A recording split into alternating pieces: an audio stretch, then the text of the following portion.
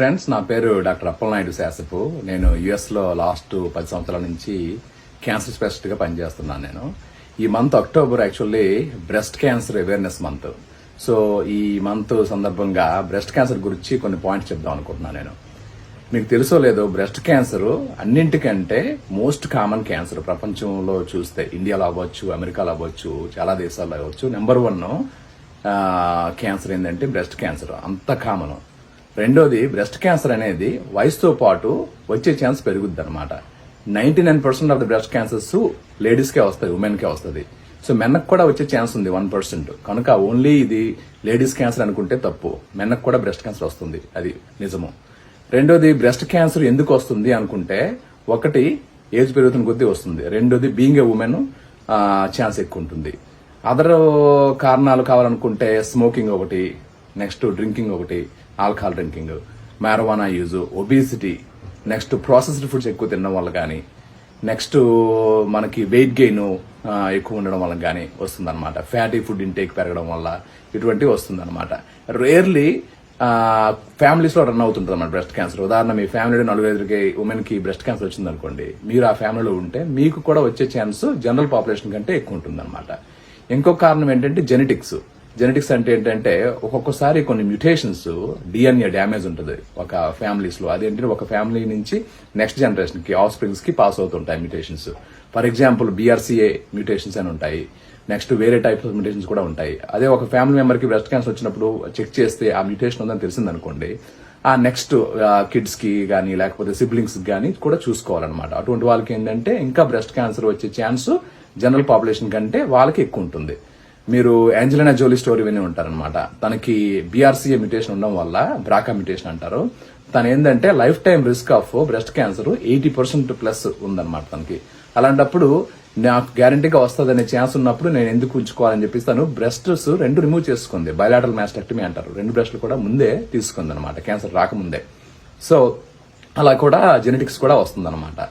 Next, breast cancer ఎంత common అంటే 8 women లో ఒకరికి బ్రెస్ట్ క్యాన్సర్ వచ్చే ఛాన్స్ ఉంది. For example, to make it easy, 10 women లో ఒకరికి బ్రెస్ట్ క్యాన్సర్ వచ్చే ఛాన్స్ ఉంది లైఫ్ టైంలో. ఫర్ ఎగ్జాంపుల్, మీ ఫ్రెండ్స్ 10 మంది ఉన్నారనుకోండి, అమ్మాయిలు. ఆ అమ్మాయిలు 10 మందిలో ఎవరికొకరికి లైఫ్ టైంలో బ్రెస్ట్ క్యాన్సర్ వస్తుంది అనమాట. అంత కామన్ అది. సో అందువల్ల ఏంటంటే breast cancer awareness important. So ఏ విధంగా అవేర్నెస్ పెంచుకోవచ్చు అంటే, ఒకటి, మీరు మీ బ్రెస్ట్ గురించి మీరు తెలుసుకోవాలి. Self breast awareness. సో అప్పటికప్పుడు వన్స్ ఎ మంత్ అవ్వచ్చు, వన్స్ ఎవ్రీ అదర్ మంత్ అవ్వచ్చు, మీ బ్రెస్ట్ ఎగ్జామ్ మీరు చేసుకోవాలన్నమాట.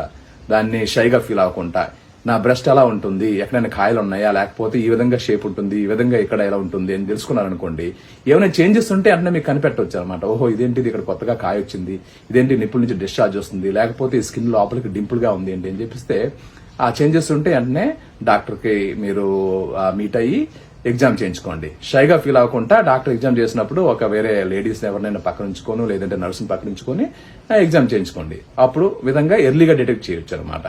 రెండోది, మ్యామోగ్రఫీ అని ఉంటుంది, మ్యామోగ్రామ్ అని చెప్పేసి. అది స్క్రీనింగ్ టెస్ట్. లైక్ 40 ఇయర్స్ నుంచి చేయించుకోవచ్చు అనమాట. ఏజ్ 40 నుంచి ఎవ్రీ ఇయర్ మ్యామోగ్రఫీ చేయించుకుంటే ఎర్లీగా బ్రెస్ట్ క్యాన్సర్ డిటెక్ట్ చేసే ఛాన్స్ పెరుగుద్ది అనమాట. For example, stage 1 breast cancer మనం డయాగ్నోస్ చేసాం అనుకోండి, ఛాన్స్ ఆఫ్ క్యూర్ అంతా 95% అనమాట. అదే స్టేజ్ 2 అయితే 90%, స్టేజ్ 3 అనుకుంటే 72-75%, స్టేజ్ 4 అనుకుంటే 5+ ఇయర్స్ బతికే ఛాన్స్ 20% అనమాట దానికి. సో స్టేజ్ 4 కూడా మంచి మందులు ఉన్నాయి, 5 ఇయర్స్ బతికే ఛాన్స్ కూడా బాగానే ఉంటుంది అనమాట. అది కానీ ఎర్లీగా డిటెక్ట్ చేసుకుంటే, ఎర్లీ స్టేజ్ లో డిటెక్ట్ చేసుకుంటే మనకి సర్జరీ చేసి తీసిన తర్వాత క్యూర్ ఛాన్స్ చాలా పెరుగుద్ది అనమాట. అది.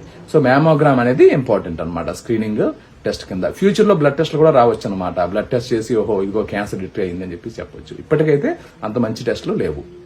నెక్స్ట్, ఇంక ఏం మీరు చేసి బ్రెస్ట్ క్యాన్సర్ రిస్క్ తగ్గించుకోవచ్చు అనుకుంటే, ఒకటి, స్మోకింగ్, ఆల్కహాల్ ఇంటేక్ మానుకోవాలి.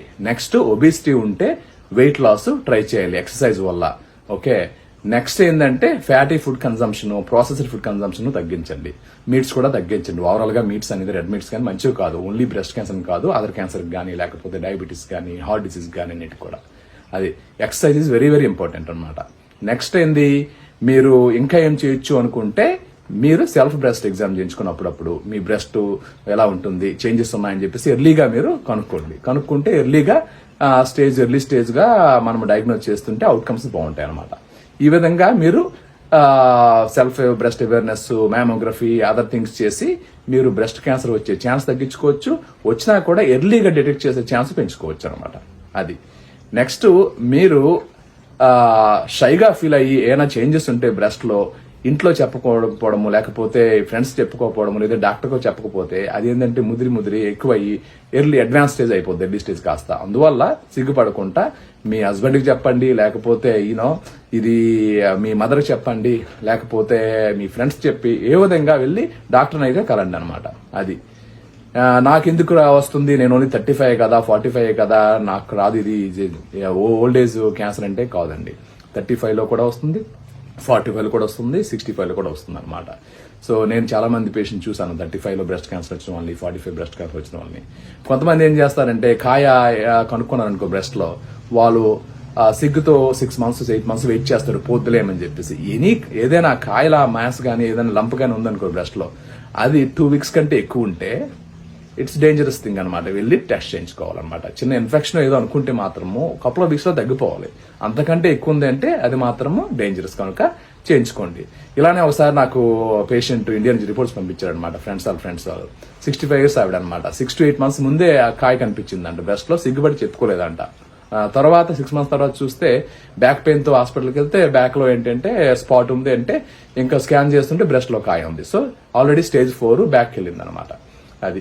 సో ఇంకొకటి, ట్రీట్మెంట్ ఆప్షన్స్ చాలా మంచి ఉన్నాయండి. కీమోథెరపీ, రేడియేషన్, సర్జరీ, కొన్ని టాబ్లెట్స్ ఉన్నాయి డైరెక్ట్ గా క్యాన్సర్ సెల్స్ మీద పనిచేసేవి. నెక్స్ట్ కొన్ని హార్మోన్స్ తగ్గించేవి ఉంటాయి అనమాట. ఎందుకంటే కొన్ని breast cancers ER positive, PR positive అని ఉంటాయి, హార్మోన్ పాజిటివిటీ అనమాట. ఉంటాయి హార్మోన్స్, ఫీమేల్ హార్మోన్ తగ్గిస్తే ఆ క్యాన్సర్ తగ్గే ఛాన్స్ బాగుంటుంది. ఆ టాబ్లెట్స్ ఉంటాయి. నెక్స్ట్ ఇమ్యూనోథెరపీ ఉంటుంది, మంచి కీమోథెరపీ ఉన్నాయి. కనుక బ్రెస్ట్ క్యాన్సర్ అవుట్కమ్స్ చాలా బాగుంటాయి. కనుక మీరు భయపడి ఇంటి దగ్గర ఉండి ట్రీట్మెంట్ కి మాత్రం వెళ్ళడం మానేవద్దు. వెళ్ళి డాక్టర్ని కలండి.